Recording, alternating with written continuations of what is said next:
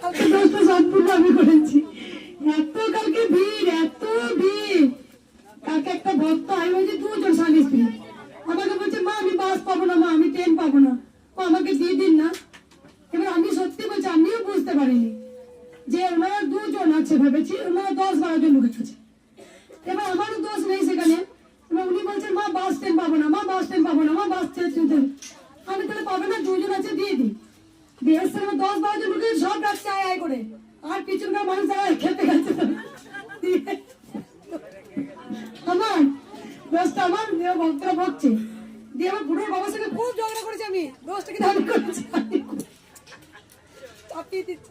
পিছনকার ভক্ত জানি না কি হয়েছে, বললাম মা তোমার কি হয়েছে গো, আমি বলে দিই এই বুড়ো আমাকে চোখে চাকিয়ে ছুড়ে দিত, ওই বুড়ো আমাকে চাকিয়ে ছুড়ে দিত। দোষটা কিন্তু সম্পূর্ণ আমার, আমি খুব বদমাস জানো। আমার মহাদেবটা জানে 22 বছর ঘর করছে তো একটা বাটি মতো ঠিক না, কোনো ভাঙা চোরা সব হয়ে গেছে। আমার মহাদেব কোথায় লোক আমার খুঁজে পায় জানে। তো যাই হোক এই কথাটা বলতে চাই যে কেমন করে মা আমার কাছে এলেন, মা কেমন করে এলেন সেটা আমি নিজেও জানি না। যে আমি এত চঞ্চল মা, এত দুষ্টু, এত বদমাস, কেন তুমি এলে আমার কাছে মা? কি আশায় এসছো, কি জন্য এলে? তাহলে কি দুষ্টুমিটাকে তুমি বাহ্যিক রূপ দিয়েছো? আমাদের যে দুষ্টুমিটা তুমি কি বাহ্যিক রূপ দিয়েছো? আর অন্তরে অন্যরকম, অন্তরে শুধু ভক্তি গঙ্গা, শুধু আমার ভেতরে কি ভক্তি রয়েছে ভেতরে? আর ওপরটা কি আমার এত চঞ্চল গিরি, এত বদমাস আমি শুধু নিজে নিজে ভাবি যে কি করে কেমন করে এলি মা তুই আমার কাছে। তবে এটা সত্যিই তাই, যেমন গোবিন্দ যেমন খুব চঞ্চল, যেমন সুদামাকে তার বন্ধু হয়েও কত বদমাস করেছে। মা যশোদা নন্দকাননটাকে পুরো একদম জ্বালাতন করতো, ভীষণ জ্বালাতন করতো, কিন্তু সেই জ্বালাতনের মধ্যেও কিন্তু একটা দুষ্টু মিষ্টু ভাব লুকিয়ে থাকতো। রোজ রোজ মা যশোদার কাছে রিপোর্ট যেত যে তোমার কানাই এই করেছে, তোমার নন্দলাল এই করেছে, তোমার ওই কানাই ওই করেছে, তোমার কানাই ননি চুরি করেছে।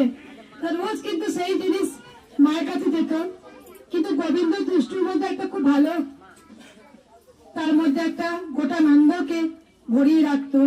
আমারও মনে হয় যদি আমি দুষ্টুমি না করি তাহলে কিন্তু আমি লড়তে পারবো না, এই বদমাস যদি না করি তাহলে কিন্তু আমি জিততে পারবো না।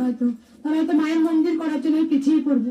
কারণ আমাদের বাড়ি সবাই শান্ত, শুধু একমাত্র আমি ছাড়া। আমার মহাদেব তো বারবার যখন মার খেয়েছিল, বারবার যখন মাকে মেরেছিলেন, আমার স্বামী বলেছিলেন জয় কৃষ্ণকালী মায়ের জয়, তুমি প্রচার বন্ধ করে দাও। তখন কিন্তু আমার এই চঞ্চলতার জন্য আমার একটা মনের জোর, মনের পাওয়ার, আমি এটা করবো তো করবোই। আমি জানতাম যে একদিন আমার জীবনে প্রচুর ঝড় আসবে, প্রচুর, আমাকে মারও খেতে হবে, তা খেয়ে হয়েছিল।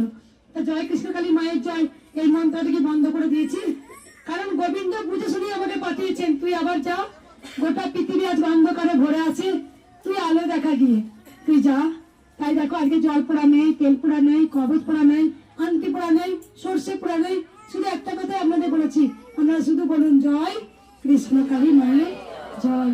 কারণ হরে কৃষ্ণ কৃষ্ণ কৃষ্ণ হরে হরে।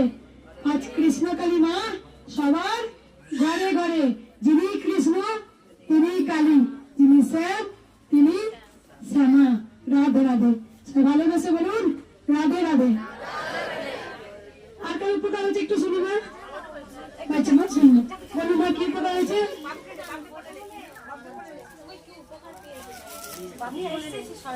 কোথা থেকে আসছেন মা?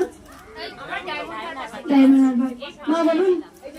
আমার অনেক হয়েছে, আমি কোনটা বলবো সেটা বুঝতে পারি না। আমি ডাকি সবসময়, সকাল বিকাল যখনই হয় আমি অনেক উপকার পেয়েছি। কোথা থেকে আসছেন মা? আমরা দুর্গাপুর থেকে আসছি। আগে এসেছিলেন? আমি 2 বার এসেছি, আজ 3 বার। 3 বার। মা কেমন কাঁদছে দেখো, মায়ের চোখ দিয়ে জল পড়ছে আপনার। বলো মা। বাচ্চাটার জন্য উপকার পেয়েছো। বাচ্চার কি হয়েছিল? টেস্ট হচ্ছিল, মানে শরীরটা খুব খারাপ ছিল, জ্বর হয়েছিল, কিছুতেই কমছিল না। আগে এসেছিলে? ঘরে বসে নাম জপ করেছিলে। মায়ের জন্য কি এনেছো? ভিক্ষা করে। মায়ের কাছে মানসিক করেছিলে আমার সন্তান যদি সুস্থ হয় তাহলে আমি 5 বারে ভিক্ষা করবো মায়ের জন্য। কোথা থেকে আসছো মা? কামার পুকুর, হুগলি।